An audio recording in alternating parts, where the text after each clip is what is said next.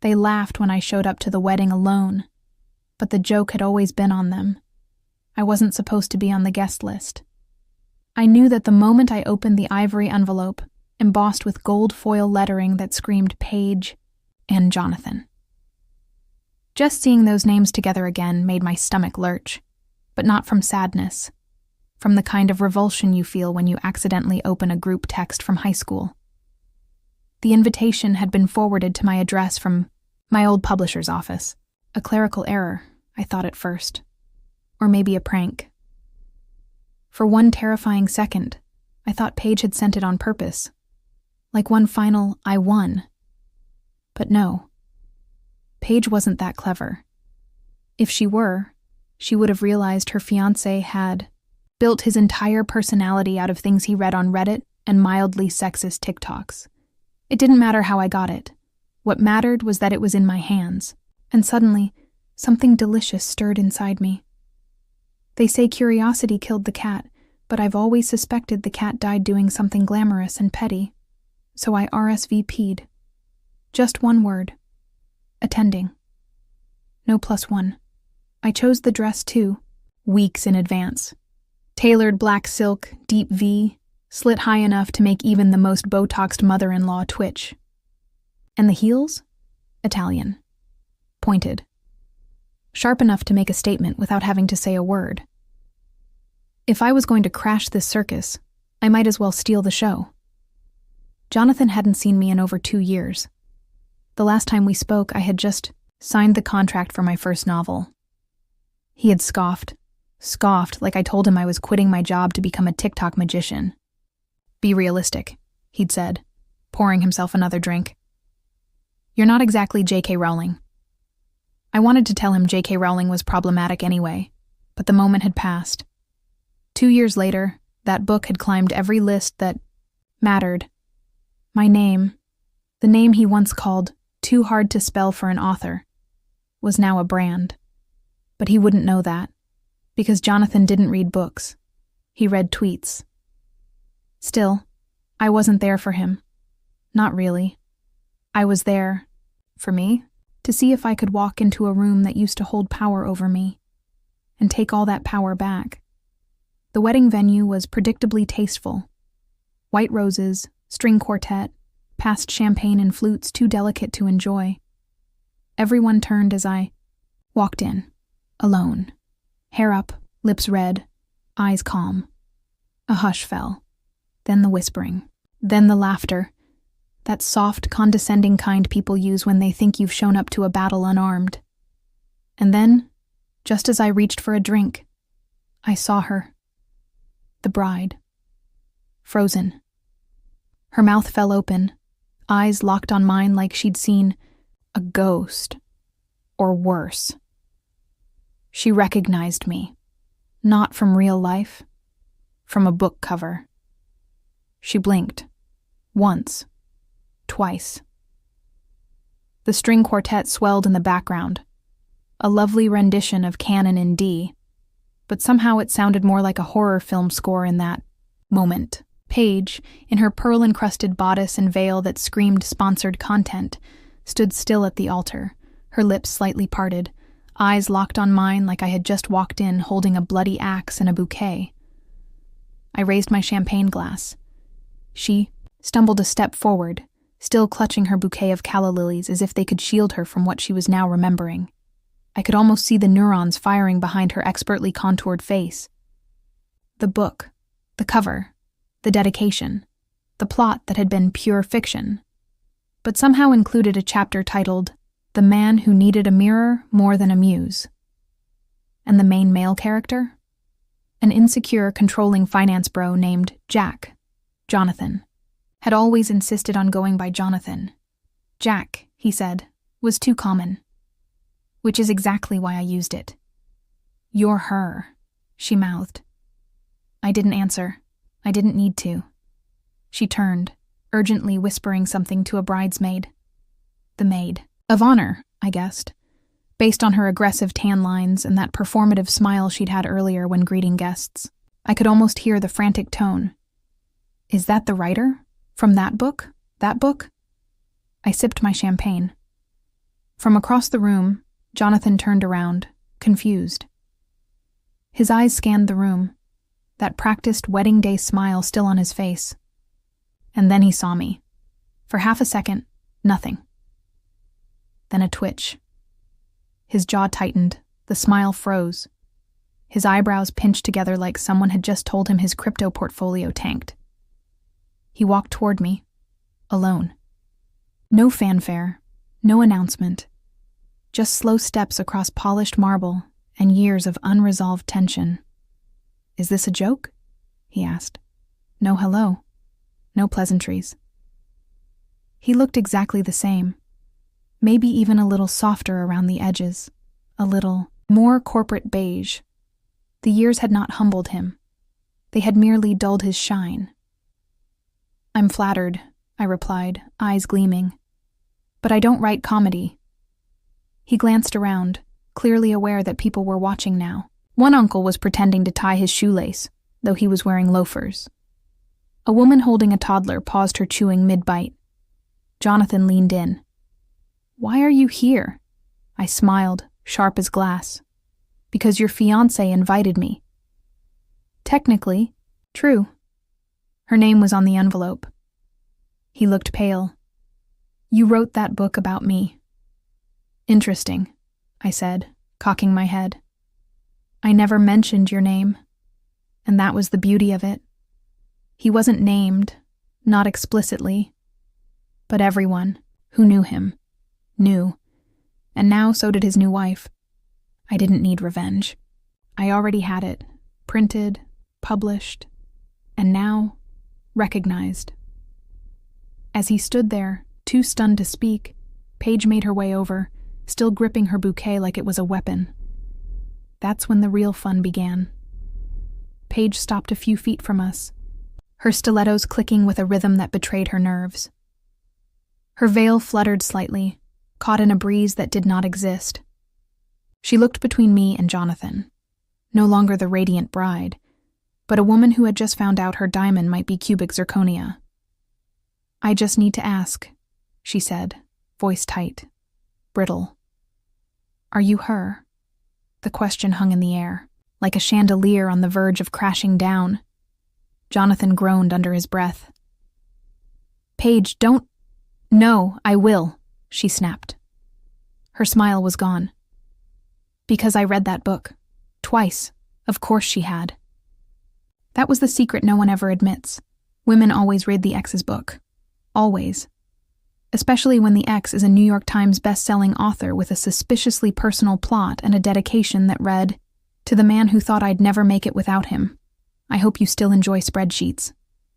I turned to her, calm and composed, as if we were discussing florals, not fiction. "I'm not sure which her you mean," I said, voice silky. "But yes, I wrote The Weight of Air-Conditioned Silence." She gasped. Her hand went to her chest. "Oh, my God, I love that book." Then a pause, until I realized it was about him. Behind her, the photographer kept snapping candids, bless his heart. I could only imagine how the wedding album would look. The bride mid-shock, the groom mid-panic, and me, mid-sip, holding a flute of expensive champagne like a mic drop. Paige's brows furrowed. "So, that part, the scene in the restaurant, where he said, 'You should be grateful I tolerate you,' that actually happened?" Jonathan hissed. "That's not how it happened." I gave her a slow nod. He didn't even look up from his steak. Paige paled. Her lips trembled like she was about to speak, but couldn't find the words. For the record, neither could Jonathan. It's hard to talk with your ego crumbling. "You never told me she was a writer," she murmured to him. "She wasn't," he snapped. "Back then." I smiled. "Back then I was just the woman who cooked, cleaned, paid half the rent, and apparently wasn't ambitious enough."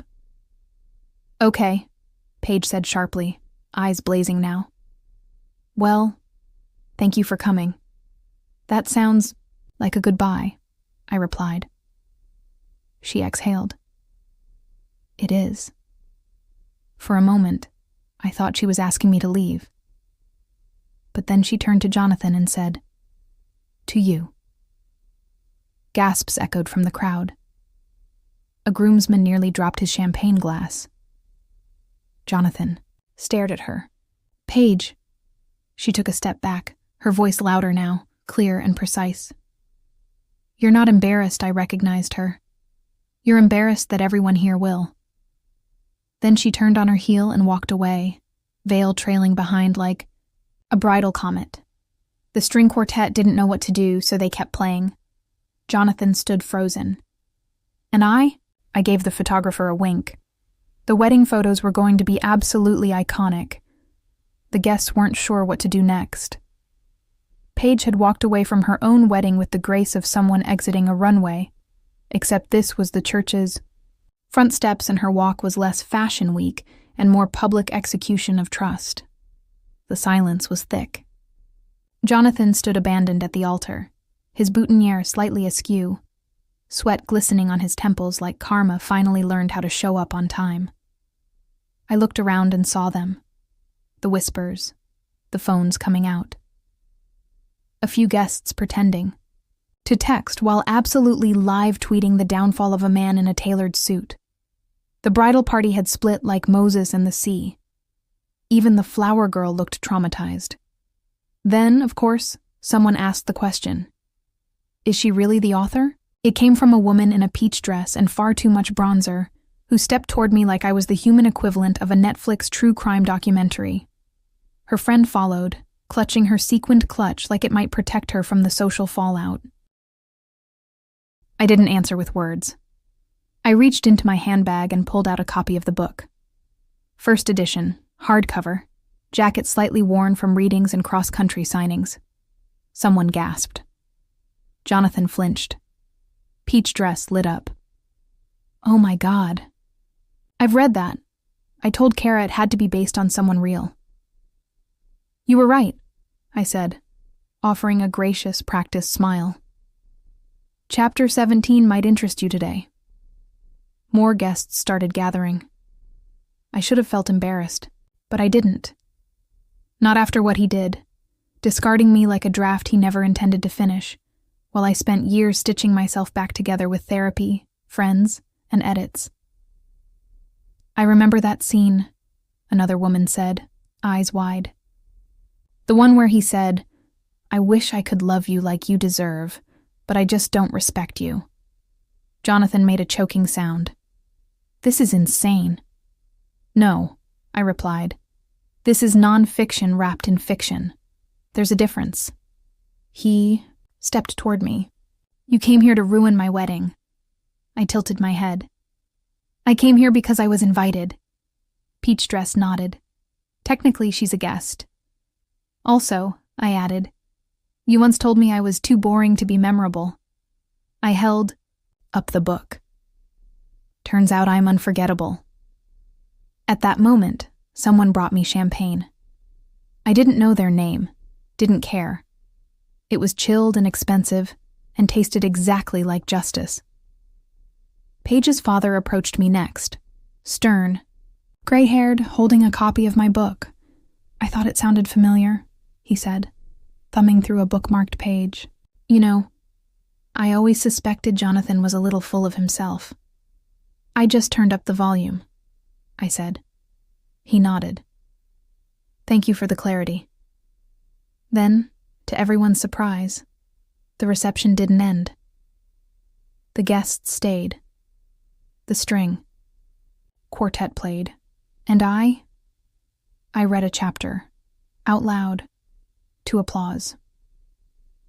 By the time the cake was served, I had signed 3 copies of the book on cocktail napkins and politely declined 2 podcast invitations. The reception had fully transformed, not into a wedding celebration, but into a reckoning. It wasn't my plan. I didn't bring the book to flaunt or make a scene. I brought it because it had become a part of me, a shield maybe, or a sword. Depends on the chapter. Jonathan was gone. He'd left sometime after my reading, flanked by 2 groomsmen who clearly didn't sign up for emotional support duties. Paige was still MIA, Rumor had it she and her sister left in a lift an hour ago. I hope she stayed gone. There was no coming back from that look she gave him. I sipped my champagne and watched from a linen-draped corner table as old women danced to Motown and the flower girl drew hearts on a paper napkin. The DJ kept things optimistic, as if determined, to pretend the universe hadn't just flipped. Then a familiar voice spoke beside me. "I finished the book last year," said Paige's mother. I turned. She looked like she hadn't blinked since chapter 17. She continued, "I remember that line. He only wanted women who didn't know what they were worth." I underlined it. "Smart line," I said. She nodded. "You wrote a mirror. That's why he hated it." I didn't say anything. I didn't need to. She squeezed my hand gently before walking away, probably to find her daughter, hopefully to help her start over. Later, the hotel staff offered to call me a cab. I declined. The night was warm, the moon full, and I wanted to walk, let the absurdity of the evening settle under my heels. As I passed the valet stand, a woman stopped me again. "You came alone?" she asked.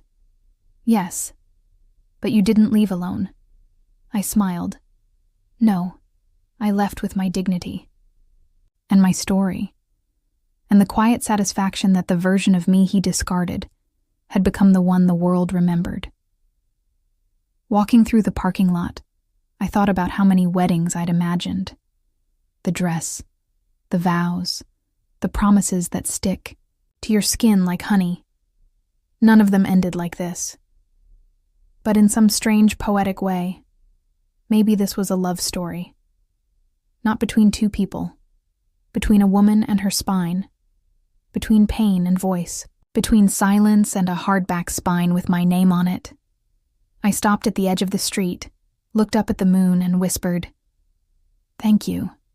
Not to Jonathan, never to him, to the heartbreak, to the rejection, to the laugh they laughed when I walked in alone, because nothing is funnier than watching a woman rise from the ashes, still holding the match.